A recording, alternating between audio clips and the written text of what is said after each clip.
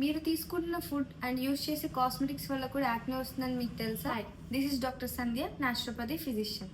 Acne, అసలు acne అంటే ఏంటి, ఇది మనకి ఎందుకు వస్తుంది, ఈ యాక్నేని మనం ఎలా ప్రివెంట్ చేయొచ్చో ఈ వీడియోలో తెలుసుకుందాం. ఈ యాక్నేని యాక్నే వల్గారిస్ అని కూడా అంటారండి.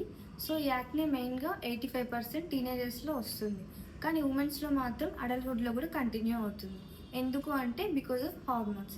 ఎక్సెస్గా ఆండ్రోజన్స్ ఉన్న ఫీమేల్స్లో ఈ ఎక్సెస్ ఆండ్రోజన్స్ అనేది బ్లడ్లో సర్క్యులేట్ అవుతున్నప్పుడు సెబేషియస్ గ్లాండ్ని స్టిమ్యులేట్ చేసి ఆయిల్ ప్రొడక్షన్ని ఇంక్రీజ్ చేస్తుంది. దీనివల్ల యాక్నే అనేది వస్తుంది. అండ్ మీరు కంటిన్యూస్గా డస్ట్కి, పొల్యూషన్కి ఎక్స్పోజ్ అయినప్పుడు స్కిన్లో ఉన్న పోర్స్ క్లోజ్ అయ్యి పోర్స్ లోపల బ్యాక్టీరియల్ గ్రోత్ అనేది పెరగడం వల్ల యాక్నే వస్తుంది. యాక్నే రావడానికి అదర్ మెయిన్ 2 రీజన్స్ ఏంటి అంటే తీసుకునే ఫుడ్లో ఎక్కువ oil intake, sugar intake, dietary intake ఉన్నప్పుడు and high chemical content cosmetics use చేసినప్పుడు.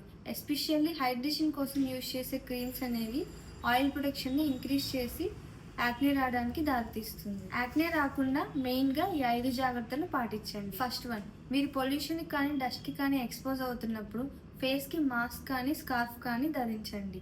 సెకండ్ వన్, ప్రాపర్ హైడ్రేషన్ అనేది మెయింటైన్ చేయండి.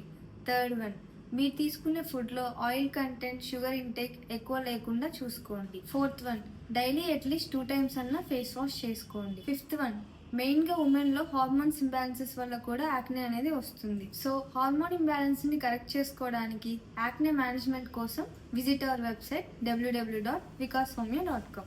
Thank you.